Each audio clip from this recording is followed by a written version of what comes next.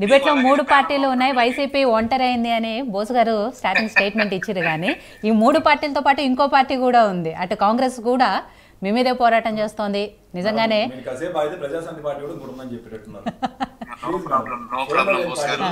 విజిత గారు good evening అండి. మీకు అలాగే ప్యానెల్ లో ఉన్న సభ్యులకి వీక్షకులందరికీ కూడా శుభ సాయంత్రం.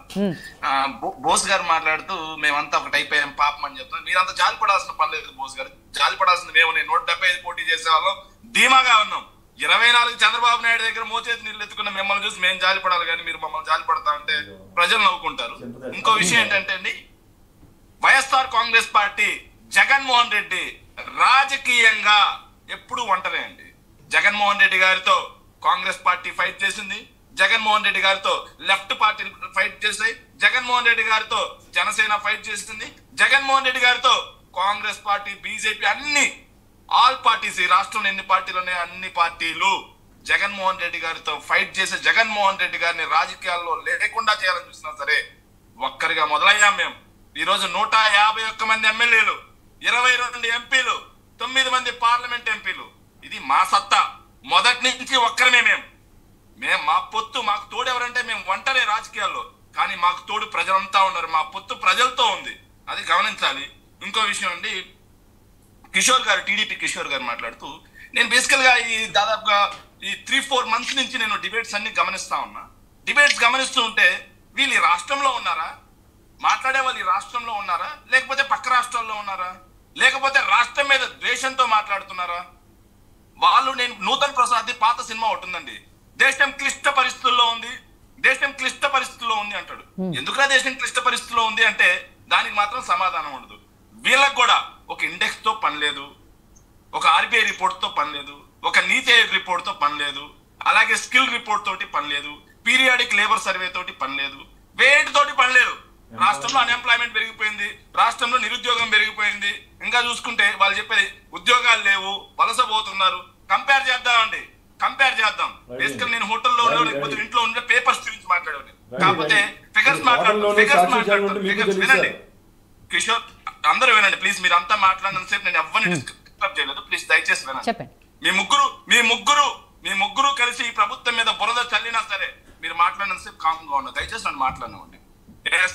మేడం 2019 నుంచి ఈ రోజుటి వరకు ఏదైతే ఒక స్టేట్ కి చెందిన గ్రోత్ ని దేంట్లో చూస్తారు, జిఎస్డిపిలో చూస్తారు. జిఎస్డిపిలో 55% ఈ రోజుటి వరకు, అప్పటి నుంచి ఇప్పటి వరకు 55% పెరిగింది. ఈ సంవత్సరంలో 11.5% తోటి దేశంలోనే జిఎస్డిపిలో నెంబర్ 1 ప్లేస్ లో ఉంది. అంటే రాష్ట్రం తిరోగంలో ఉన్నట్ట లేకపోతే పురోగమనంలో ఉన్నట్ట? ఇక అన్ఎంప్లాయ్మెంట్ గురించి మాట్లాడతానండి. అన్ఎంప్లాయ్మెంట్ గురించి నేను చూపిస్తానండి. 17వ స్థానంలో దేశంలో అన్ఎంప్లాయ్మెంట్ లో ఉండేది, 17వ స్థానంలో మనం ఉంటే, ఎస్ చూసుకోండి సార్, 17వ స్థానంలో మనం ఉండేది దేశంలో. సౌత్ ఇండియాలో కర్ణాటక ఒక్కటే మాత్రమే నిరుద్యోగంలో మనకన్నా ఎక్కువ ఉన్నారు. మిగతా రాష్ట్రాలన్నీ కూడా మనకన్నా ఎక్కువ నిరుద్యోగులు ఉన్నారు, మనకన్నా తక్కువ కర్ణాటక ఒక్కటే. మరి బీహార్ కన్నా దారుణం అయిపోయిందని చెప్పి ఎలా మాట్లాడుతున్నారు? స్టేట్ మీద తిమ్మే విషయం కాదా, రాష్ట్ర ప్రజల మీద తిమ్మే విషయం కాదా? ఎంప్లాయబిలిటీలో నేషనల్ స్కిల్ రిపోర్ట్ ప్రకారం 4th ప్లేస్ లో ఉన్నాం ఇండియాలో. చంద్రబాబు నాయుడు గారు 35,000 ప్రభుత్వ ఉద్యోగాలు, 34,000 ఎగ్జాక్ట్లీ ప్రభుత్వ ఉద్యోగాలు ఇస్తే 2,20,000 ప్రభుత్వ ఉద్యోగాలు కల్పించాం మేము. కావాలంటే రికార్డులు చూపిస్తాం, రండి చూపిస్తాం. వాళ్ళకి చెల్లించే జీతాలతో సహా చూపిస్తాం. మీ కళ్ళు కనిపించకపోతే తెరిచి చూపిస్తాం. అలా కాకుండా ఎక్కడో పక్క రాష్ట్రాల్లో కూర్చొని రాష్ట్రం మీద, రాష్ట్ర బ్రాండ్ మీద ఇలా విషయం చిమ్మే వాళ్ళందరూ రాష్ట్ర ద్రోహులుగా ఇంకెవరండి? పెట్టుబడుల గురించి మాట్లాడుతున్నారండి. ఇంకొక ఆయన పెట్టుబడులు ఏంటండి మీ దృష్టిలో అభివృద్ధి? మీ ప్రభుత్వ హయాంలో 35,000 కోట్ల రూపాయలు 2014 నుంచి 19 వరకు గ్రౌండ్ అయ్యాయని చెప్పి డిపిఐఐటి, ఏదైతే మినిస్ట్రీ ఆఫ్ కామర్స్ కు చెందినటువంటి సెంట్రల్ గవర్నమెంట్ డిపిఐఐటి నివేదిక 10 రోజుల క్రితం ఇచ్చింది, చూసుకోండి.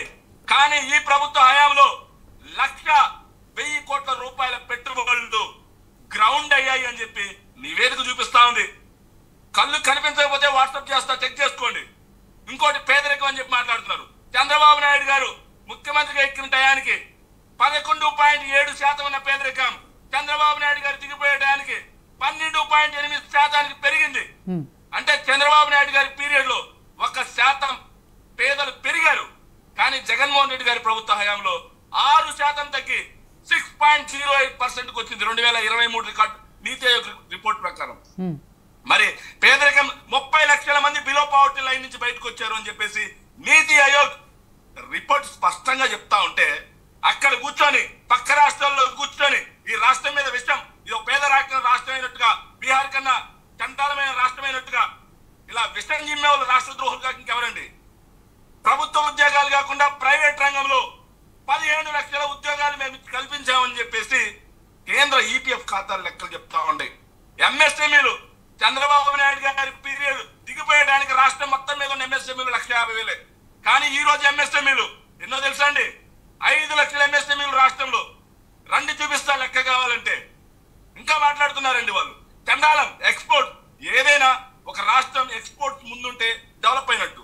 4.7% ఎక్స్పోర్ట్స్ లో మనకున్నటువంటి వాటా దేశం మొత్తం మీద చూసుకుంటే ఎప్పుడు 2015 రికార్డ్స్. కానీ చంద్రబాబు నాయుడు దిగిపోయడానికి 2018 ఎన్ని రికార్డ్స్ ఎంతో తెలుసా అండి? 3.6, అంటే 1% తగ్గింది. కానీ ఈ రోజు 4.9. 2 సంవత్సరాలు కరోనాతో పోయింది. ఇక సంపద లేదు, సంపద సృష్టి కలగట్లేదు అని చెప్పేసి బీజేపీకి చెందిన పెద్ద మనిషి మాట్లాడుతూ ఉన్నాడు. సంపద సృష్టి అంటే ఏంటండి? మానవ వనరుల అభివృద్ధి నిజమైన అభివృద్ధి. అమర్త్య సేన్ గారే చెప్పారు, ప్రముఖ ఆర్థికవేత్త. చూడండి ఒకసారి, ఈ రోజు మానవ వనరుల అభివృద్ధి జరగలేదంటారా? Human resources జరగలేదంటారా? రాష్ట్ర వ్యాప్తంగా 4 పోర్టులు చంద్రబాబు నాయుడు గారు కళ్ళలో కూడా ఊహించిన 14 సంవత్సరాలు ముఖ్యమంత్రి ఒక్క పోర్టు కట్టాడా? Single port. కానీ 4 పోర్టులు కడుతున్నాం. వీటిల్లో కేంద్ర ప్రభుత్వ వాటా గుండు 0. కేంద్ర ప్రభుత్వ వాటా 0 కూడా. వాటిల్లో ₹1 కూడా లేదు. మొత్తం కూడా ఏపీ మ్యారిటైమ్ బోర్డు నిధులు. అలాగే చూసుకుంటే 10 ఫిషింగ్ హార్బర్లు కడుతున్నాం మత్స్యకారుల కోసం. చంద్రబాబు నాయుడు గారు 14 ఏళ్ళు కనీసం ఒక చిన్న జట్టి కట్టించాడా? చిన్న జట్టి. 17 మెడికల్ కాలేజీలు కట్టిస్తున్నాం కేంద్ర ప్రభుత్వ సహకారంతో. మేము ఏదైతే కేంద్ర ప్రభుత్వం చెప్తాం, కేంద్ర ప్రభుత్వ సహకారంతో 17 మెడికల్ కాలేజీలు కట్టిస్తున్నాం. చంద్రబాబు నాయుడు ఏదైతే 14 ఏళ్ల ముఖ్యమంత్రి ఒక్క ప్రభుత్వ మెడికల్ కాలేజ్ కట్టించాలని చెప్పండి. గ్రామ గ్రామాన సచివాలయాలు, గ్రామ గ్రామాన రైతు భరోసా కేంద్రాలు, గ్రామ గ్రామాన విలేజ్ క్లినిక్, గ్రామ గ్రామాన నాడు నేడు schools, English medium, IB syllabus, Byju's content, digital బోర్డులు. చూడండి, ఇది కాదు అభివృద్ధి అంటే. వీళ్ళ దృష్టిలో అభివృద్ధి అంటే ఏంటండి? లక్షల కోట్లు తీసుకెళ్లి అమరావతి లాంటి ప్రాంతంలో పడేసి వాళ్ళ రియల్ ఎస్టేట్ వ్యాపారం కోసం తీసుకోవడమేనా అభివృద్ధి అంటే? తీసుకోవడమేనా అభివృద్ధి అంటే? ఇలా ఏ ఇండెక్స్ చూసుకున్నా 2014 నుంచి 19 మధ్యలో చంద్రబాబు నాయుడు గారి పరిపాలన అరాచకం, దౌర్భాగ్యం. రాష్ట్రం ఒక 30 ఏళ్ళు వెనక్కి వెళ్ళిపోయింది, అంధకారంలోకి వెళ్ళిపోయింది అని చెప్పి రిపోర్ట్స్ చెప్తా ఉన్నాయి. కానీ జగన్మోహన్ రెడ్డి గారి ప్రభుత్వ హయాంలో 2019 నుంచి నేటి వరకు ఎక్కడా కూడా 2 సంవత్సరాలు కరోనాతో పోయింది. 60,000 కోట్ల రూపాయలు మేము కోల్పోయాం. రావాల్సిన ఆదాయాన్ని కూడా కోల్పోయాం. అయినా సరే ఎక్కడ సంక్షేమం ఆగలేదు, అభివృద్ధి ఆగలేదు.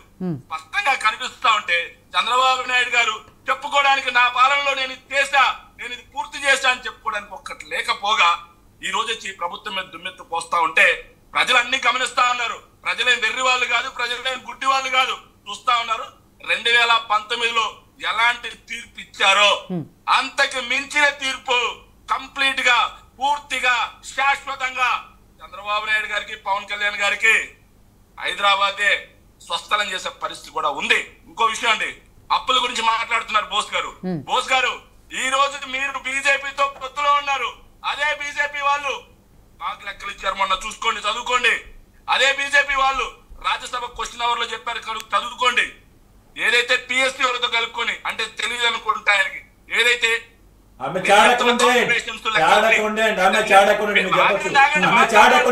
అరిసినంత మాత్రం కట్టాలండి. మీరు గొంతలు చూడ మాట కట్టకాదు. మీ కలిసి చెప్పేటప్పుడు కలిసి సిగ్గు ఉండాలా. ఎందుకంటే మేడం అన్ఎంప్లాయ్మెంట్ రేట్ ఎంత లెక్కలు చూసి చెప్పాలా. ఊరిని నోటికి మాట్లాడితే కరెక్ట్ అవుతుంది.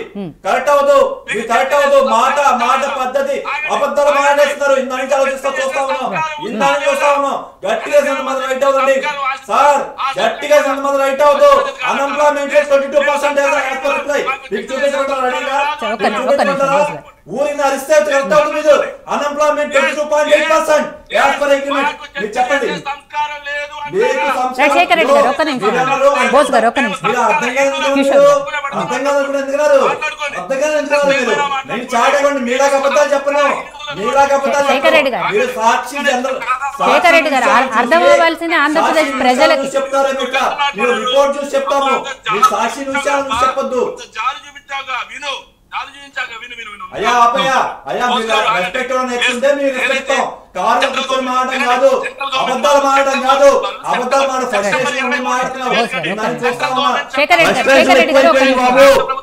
ఇంకో 1 మంత్ ఇంట్లో కూర్చోవలసింది నువ్వు. ఇక్కడ ఏం లేదు, నిన్న నుంచి మాట్లాడుతూ ఉన్నారు మొత్తం అబద్ధాలు. మీరు మాట్లాడంతా శుద్ధ అబద్ధాలు. మీరు చూపించింది ఏంటి? సెల్ ఫోన్ మీరు చూపించింది ప్రెజెంటేషన్ సాక్షి పేపర్. అరే question number 2487 question number 2487 Rajya Sabha question number 2487 Rajya Sabha. మీరు నెంబర్ చూపించండి, ప్రెజెంటేషన్ చూపించొద్దు, మీరు నెంబర్ చూపించండి, సర్వే రిపోర్ట్ చూపించండి. I'm showing the question number 2487. దాంట్లో క్లియర్ గా ఉంది అన్ఎంప్లాయ్మెంట్ రేట్. మీరు చూపించేది ప్రెజెంటేషన్, మీరు చూపించేది ప్రెజెంటేషన్ పేపర్ లో ప్రెజెంట్ చేసిన ఒక చిన్న article. You are not showing the official report. అబద్ధాలు చెప్పుకుంటూ కాలం గడపలేరు. ఇంకొక 1 మంత్ శేఖర్ రెడ్డి గారు ఒక్క నిమిషం ఆగండి ప్లీజ్ దయచేసి. అన్ని అబద్ధాలు మేడం. ఆయన చూపించే ప్రెజెంటేషన్ ఏదైతే ఉందో వీళ్ళ ప్రెజెంటేషన్ వాళ్ళ అబద్ధాలు చెప్పినా కూడా ప్రజలైతే వింటుంటారు కదా, వాళ్ళకి తెలుసు కదా నిజాలు ఏంటంటే. మీరు చెప్తానో వాళ్ళు చెప్తానో కాదు కదా. శేఖర్ రెడ్డి గారు ఒక్క నిమిషం. కిషోర్ గారు గమనిస్తున్నారు కాబట్టి నేను అదే అంటున్నాను, ప్రజలకి తెలుసు కదా నిజాలు ఏంటని.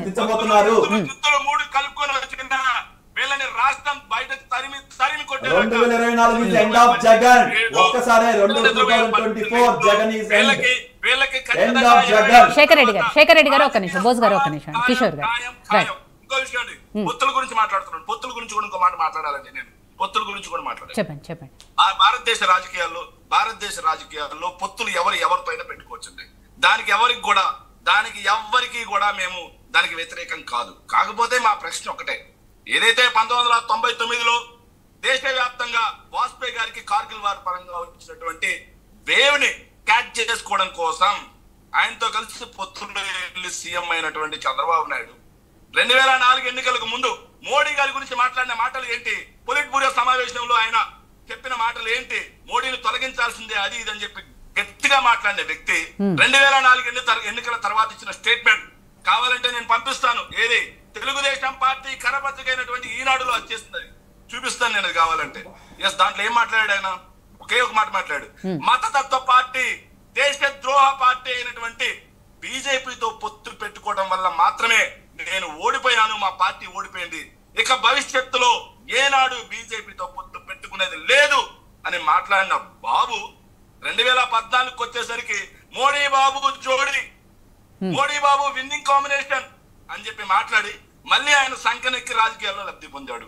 మరి తర్వాత 2017 ఏదైతే గెలిచిన తర్వాత బీజేపీ సంఖ్యనెక్కి నవనిర్మాణ దీక్షలు అని చెప్పేసి కాంగ్రెస్ ని బండబూతులు తిట్టాడు. మళ్ళీ బీజేపీ నుంచి బయటకు వచ్చి కాంగ్రెస్ సంఖ్యనెక్కి మోడీ గారి గురించి మాట్లాడిన మాటలు ఏందండి? ప్రధానమంత్రి మోడీ గారి గురించి మాట్లాడిన మాట ఏంటండి?